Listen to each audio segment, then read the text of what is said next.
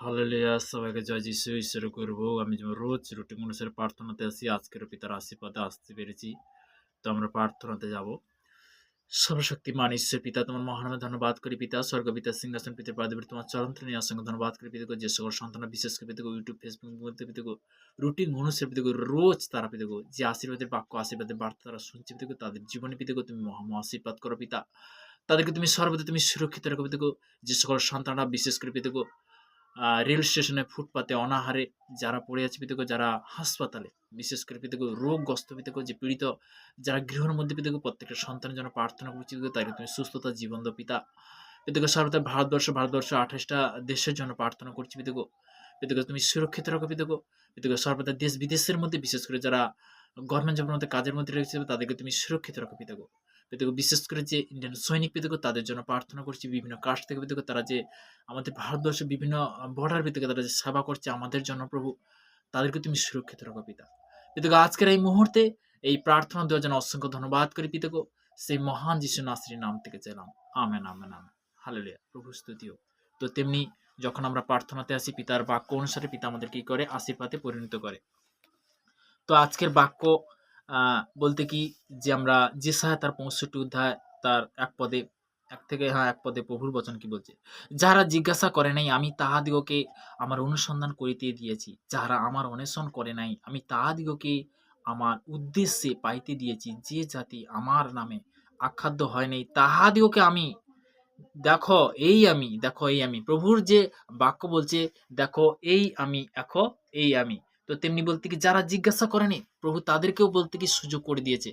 তো তেমনি ঈশ্বরের সন্তানরা আজকের আমরা যে প্রভুর বাক্য শুনছি, পিতার আরাধনাতে আসতে পেরেছি, পিতাকে অসংখ্য ধন্যবাদ। এখানে বলতে কি, হিত উপদেশ তার 2 অধ্যায় 1 পদে কি বলছে? বৎস তুমি যদি আমার কথা সকল গ্রহণ করো, যদি আমার আজ্ঞা সকল তোমার কাছে সঞ্চয় করো।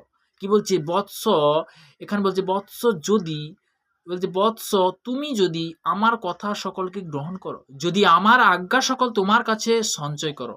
কারণ তুমি যদি সঞ্চয় করো, তখন বলতে কি তুমি সেই পজিটিভ শিক্ষা যদি তুমি সঞ্চয় করো, অবশ্যই বলতে কি তোমাদের জীবনে বড় বড় মিরাকেল হবে যে ঈশ্বর নামেতে।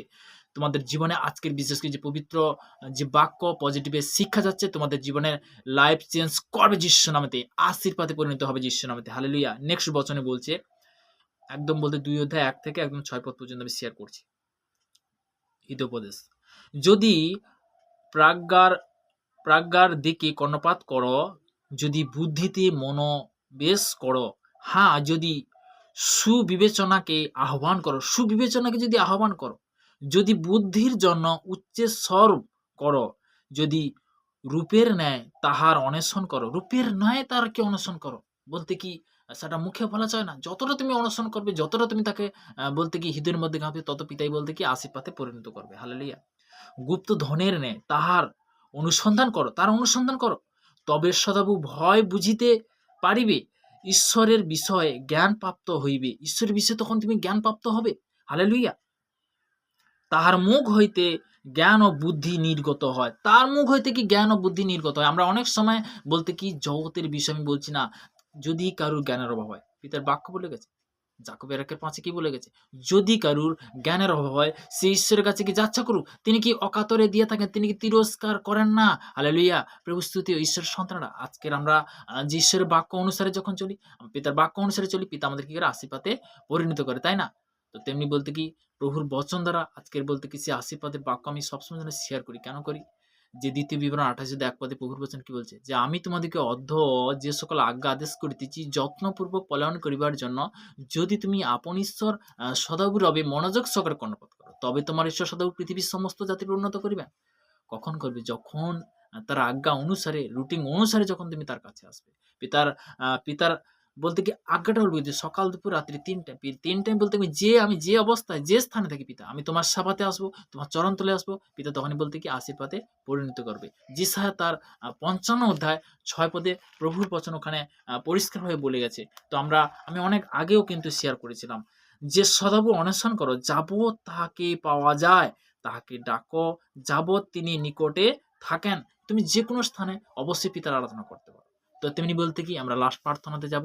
সর্বশক্তিমান ঈশ্বর পিতা তোমার মহানামে ধন্যবাদ করি পিতাকে, তুমি সুযোগ করে দেওয়ার জন্য পিতাকে অসংখ্য ধন্যবাদ করি পিতা। যে সকল সন্তানরা ইউটিউবের মধ্যে ফেসবুকে রুটিন মনীষে তারা জুড়ে পিতাকে আজকেও জুড়তে পেরেছে আশীর্বাদের বাক্য পিতাকে, তাদেরকে তুমি আশীর্বাদ করো, তাদেরকে তুমি কৃপা করো পিতা, তুমি কৃপাবান ঈশ্বর, তুমি মঙ্গলময় ঈশ্বর পিতাকে, সর্বশক্তিমান ঈশ্বর পিতাকে, সর্বদা পিতাকে, যারা বিশ্বাসী জন পিতাকে, যারা নতুন কি পুরানো জন পিতাকে, তাদেরকে তুমি দীর্ঘ আয়ুতে তুমি আশীর্বাদে পরিণত করো পিতাকে।